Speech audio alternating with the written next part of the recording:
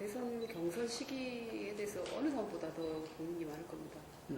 진짜 고민하고 있고, 왜냐면 그 탄핵의 인용이 지금 될 것이라고 예측은 하지만 진짜 될지 언제 될지 또 잘 모르는 상황이고, 그런 상황에서도 우리 당만 막 치고 나가는 것도 부담스럽다. 그렇죠. 근데 일단 긍정적으로 봤을 때 탄핵 인용이 되고 나면 그 다음에 뭔가 준비를 하려고 하면 시간이 없죠. 네, 시간이 없고 유력 주자만 앞서 나가고 나머지 주자들은 그냥 들러리냐 이런 또 비판이 있을 수도 있고. 그렇게 되기 십상이죠. 네, 그래서 사실 지금 준비를 하는 것은 적절하다고 저는 생각을 합니다. 그런데 이 경선룰을 국민의 눈만 또 의식할 수 없는 거고, 실제로 제가 근데 그렇다고 흥행만을 위한 또 룰이 되어서도 안 되고. 근데 저는 어찌됐든 우리 지도부에서는 이조차도 민주적인 절차에 의해서 결정을 할 것이고요. 오히려 뭐 유력 1위를 달리고 있는 문재인 전 대표는 오히려 모든 것을 다 수용하겠다는 그렇죠. 그런 말씀하셨죠. 하신 거고, 저는 그런 룰은 어찌됐든 민주적인 절차에 의해서 어떤 후보에게도 불리하지 않게 만들려고 노력을 할 거거든요. 근데 어떻게 정해지든지 간에 장단점이 다 있을 겁니다. 아마 대선 후보들별로. 네. 그런데 저는 이제 개인적인 생각은 우리 대선 후보들께서 지도부를 믿고 또 우리 당원들의 여망은 또 담아내야 되거든요. 저 벌써 전국적으로 이제 전국 여성위원회 공조직 구축하기 위해서 이렇게 돌아다니거든요. 우리 권리 당원들의 목소리가 굉장히 큽니다. 그리고 이게 당내 경선이지. 물론 이제 대선은 국민 시선을 국민적인 또 여망을 담아야 되는데 벌써 이야기들이 많이 나오고 있고, 저는 오히려 대선 주자분들이 어떤 정책을 펼 것인가, 대선 공약으로 갈 것인가에 조금 더 집중을 하시고 민주적인 절차에 의해서 할 것이라는 믿음을 가지고 이렇게 해주셨으면 좋겠습니다. 지금 상황을 보면 민주당이 수권 정당이라는데 좀 믿어주시는 것 같고요. 민주당 수권을 인정하고 있다. 인정하는 분위기라고 당 지지율이 상당히 올라갔죠, 지금. 네. 그리고 실제로 저는 탈당 사태가 일어날 것 같지는 않습니다. 이 지지도도 말씀하신 것처럼 이렇게 지속적으로 올라가고 있고, 이런 상황에서 정권 교체가 정말 국민적 여망인데 과연 이런 상황에서 탈당을 할까요? 저는 현실적으로 그건 일어나지 않을 것이라고 보고, 실질적으로 박근혜 게이트로 촉발된 우리 그 탄핵 국면을 민주당이 좀 주도해 나가고 있고, 진짜 그 어느 때보다 당이 이렇게 안정적인 상황인데 굳이 탈당을 해서 다른 뭐 비박과의 연대나 이런 것을 시도를 하겠느냐라는 생각이 좀 듭니다.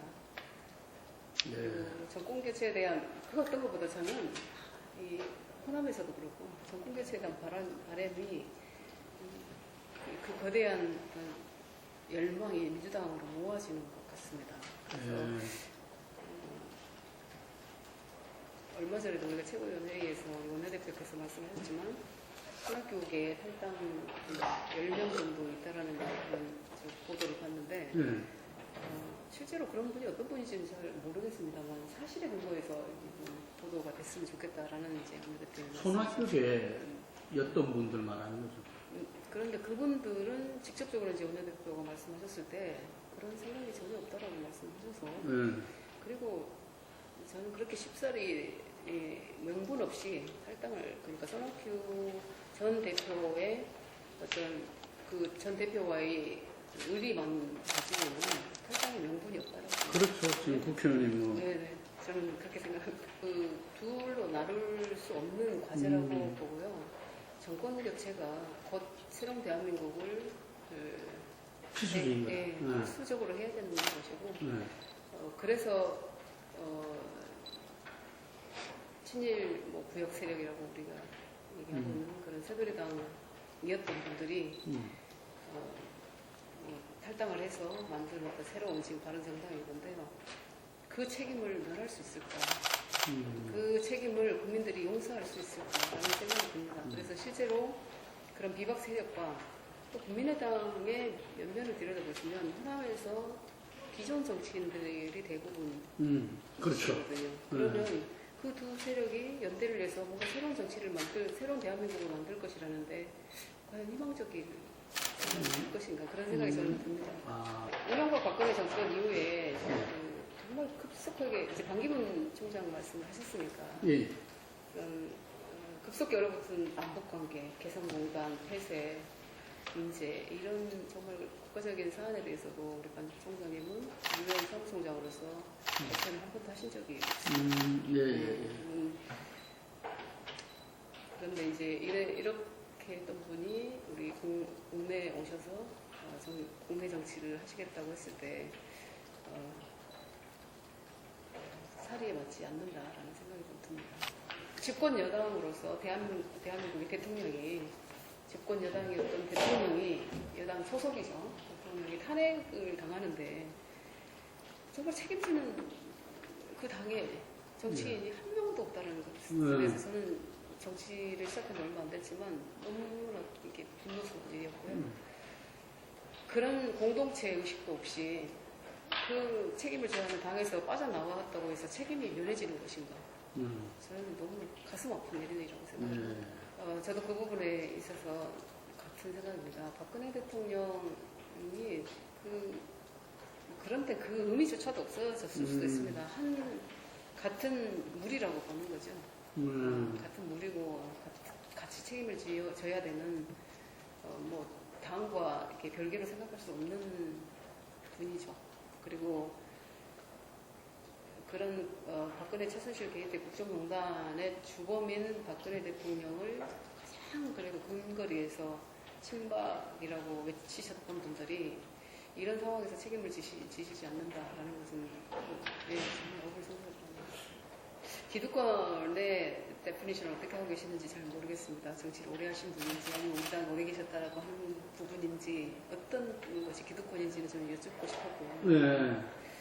그런데 작년 이맘때 가장 어려울 때, 당이 어려울 때 그래도 새로운 인물들을 발굴을 해서 영입 작업을 꿋꿋하게 하셨었고 그때 최고위님이 혜성과 같이 등장했죠. 저 같은 사람들도 그래도 따뜻한 민주당 그래도 사회적 약자편에 서 있는 민주당에 가서 내가 해야 될 일이구나 하고 느끼게 해줬던 분. 네, 그때 어쨌든 문재인 전 대표의 그렇죠, 힘이 크겠네요. 네, 컸습니다. 그리고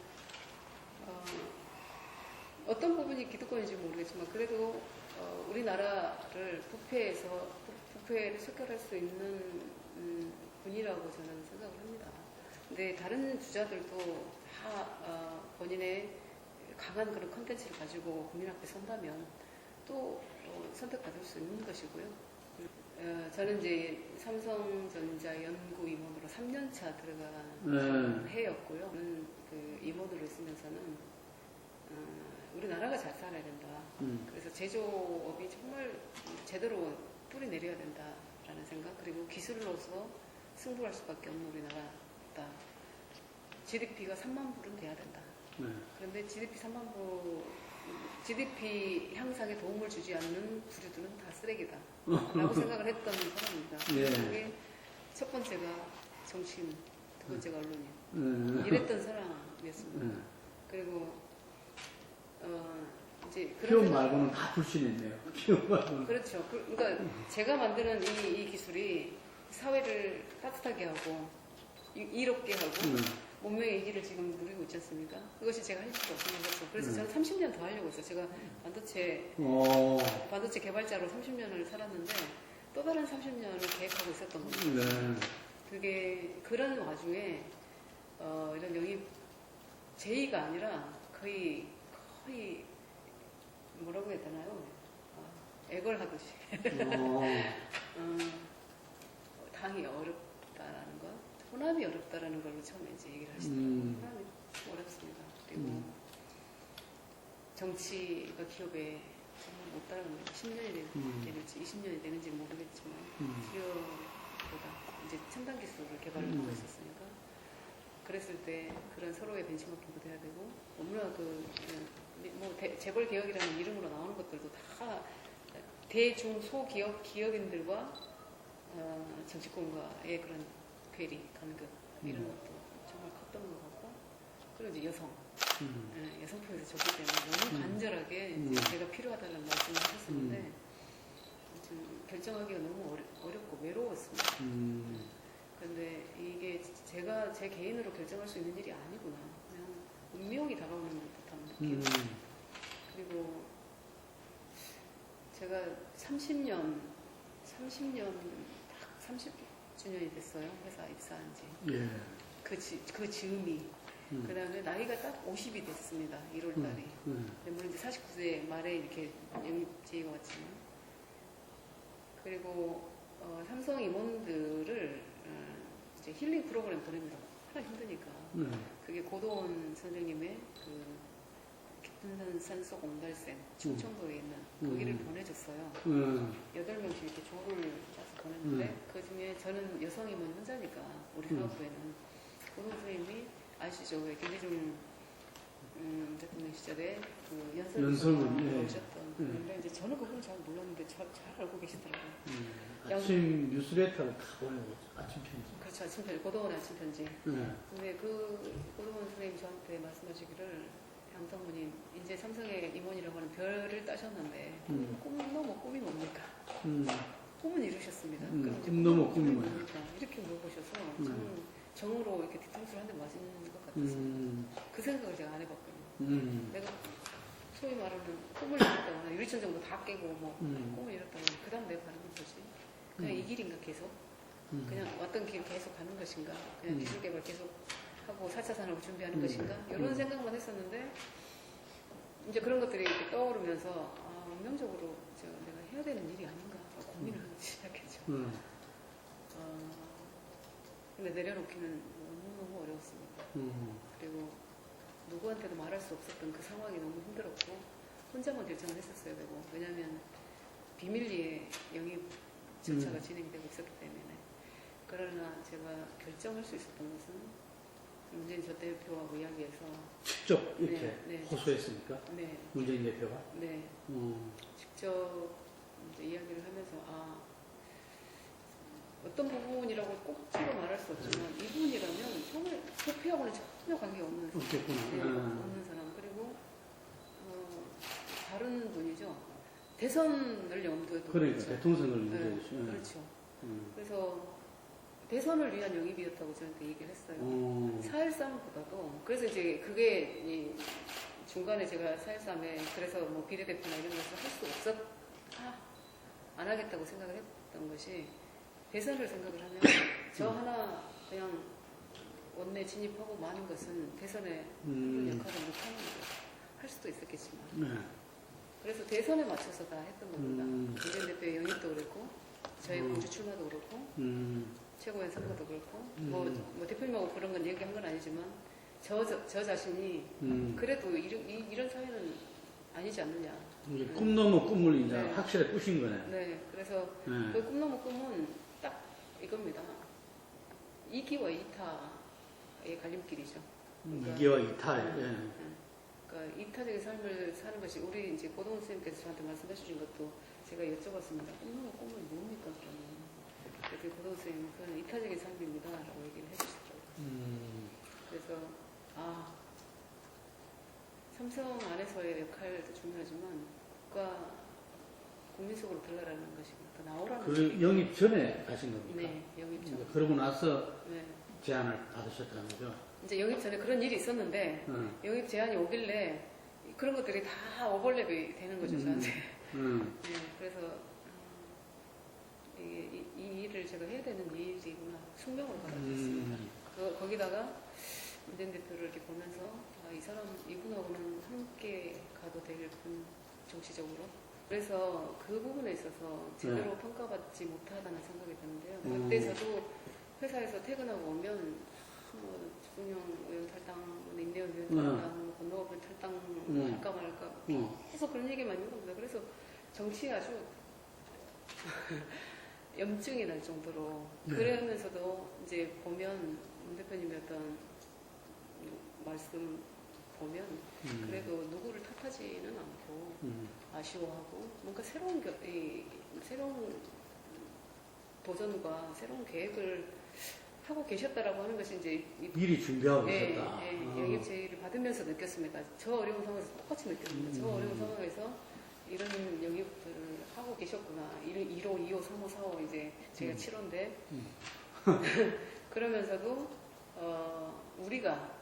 저희는 더벤져스라고 이렇게 한 사람씩 들어왔지만 이분들을 이렇게 뵈면 정말 한 사람 한 사람 비슷한 게 뭐냐면요. 그 난파되고 있는 민주당 호에 올라선 거예요. 그래서 비교를 해주셔야 돼요. 그 가라앉고 있는 당에서 뛰쳐나가는 분들과 가라앉고 있는 당을 구하겠다고 들어오는 사람과 근데 그 사람들이 다 새롭고 단 한 분도 자신의 어떤 입장을 뭐 해달라고 한 분 없더라고. 나는 꼭 국회의원이 돼야 되겠으니까 뭐 좋은 자리를 달라든지 뭐 나중에 뭐 이렇게 뭘 요구한다든지 그런 분이 한 분도 안 계셨습니다. 저는 많이 들었습니다. 많이 들었고 실제적으로도 그런 여론조사도 좀 돌리고 했던 것을 알고 있고 그때 김종인 비대위원장님께서도 여러 번 말씀하셨었고 그럼에도 불구하고 제가 호남의 광주로 가야 되겠다고 생각했던 것은 입당 본인이 소신이었네요. 입당 기자회견 때 기자분이 저한테 묻길래 출마를 한다면 저는 광주로 합니다라고 그때 말씀 그때부터 일관되게 제가 얘기를 했던 것이고 이제 다만 아쉬운 것은 광주는 8석이지만 8석이 절대로 따로 움직이지 않습니다. 하나로 움직이기 때문에 공천이 정말 친밀하게 돼야 되는 것이고 그것들이 좀 부족하지 않았나. 제가 전 당의 전략공천 1호로 나갔지 않습니까? 그런데 그게 다 짜여진 상태에서 워낙에 광주가 어렵기 때문에 누구도 광주에 내보낼 사람이 없었던 거죠. 이제 저는 갔지만 그리고 나경원 의원님 지역도 동작을 얘기를 많이 좀 했었는데 저는 뭐 그런 두 가지 측면 광주로 가야 되는 제 운명 제가 이 당을 위해서 할 수 있는 일이었고 두 번째가 왜냐면 그때 당시에는 제가 그렇게 생각도 했지만 양양자 선물을 광주에 공천하지 않으면 우리가 호남을 다 포기했다라는 메시지를 던지는 것이다 라는 것이 당의 팽배한 의견이었어요. 그럴 수도 있겠네요. 그리고 호남을 다 포기할 수는 없지 않는가. 제가 어렵더라도 당을 위해서는 가야 되는 일이라고 생각을 했었고 나경원 의원님은 이런 생각이 좀 들었습니다. 한국의 여성 정치인이 많지도 않은데 흥행은 국민들이 보기에 흥행은 될 수 있으나 누구 하나는 죽어야 되는 상황. 그래서 거기에 명분은 저는 없다 생각을 했고 그런데 4.13 장렬하게 전사하고 돌아와서 김종인 대표께 인사를 드렸더니 나는 저기 보냈어야 되는데 아직도 그 부분이 아쉽고 나 의원이 나만 보면 고맙다고 인사를 해. 네, 나경원 의원님하고는 이렇게 잘 얘기도 되고 좋은 말씀 많이 해주십니다. 지금 다 말씀드리기가 상당히 어렵습니다. 이제 광주 저는 생각이 있었었죠. 광주 8개를 이기려면 이렇게 돼야 되겠다라는 한 세트로 탁 돼야 제 머릿속에 있었는데 이제 먼저 가 계신 분은 그 지역에서 지지율이 훨씬 더블로 더 나오는 상황인데 그 자리에 내놓겠습니까? 예를 들면. 그리고 다른 지역이나? 네, 다른 지역은 또 준비하고 계신 분이 있고 지역에서 뭐 10년 가까이 준비하고 계신 분이 있고 대부분 다 지역에 거기 가려고 한 게 아니라 딴 데 갈 데가 없으니까 그걸 가는데 딴 분들이 계시니까 그렇죠.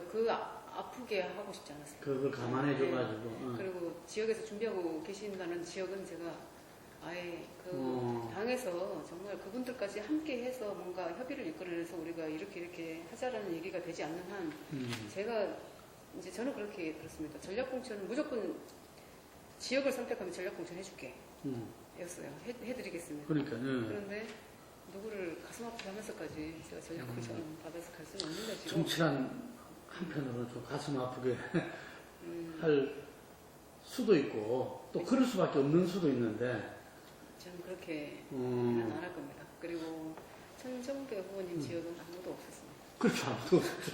그리고 보궐로 들어간 보궐에서 그 다음 당선이 안 된 경우는 없었다고 합니다. 그렇죠. 그리고 민주당과는 일합을 겨뤄봤잖아요. 네. 바로 보궐선거에서. 그리고 그런 상황임에도 불구하고 제가 갔던 것은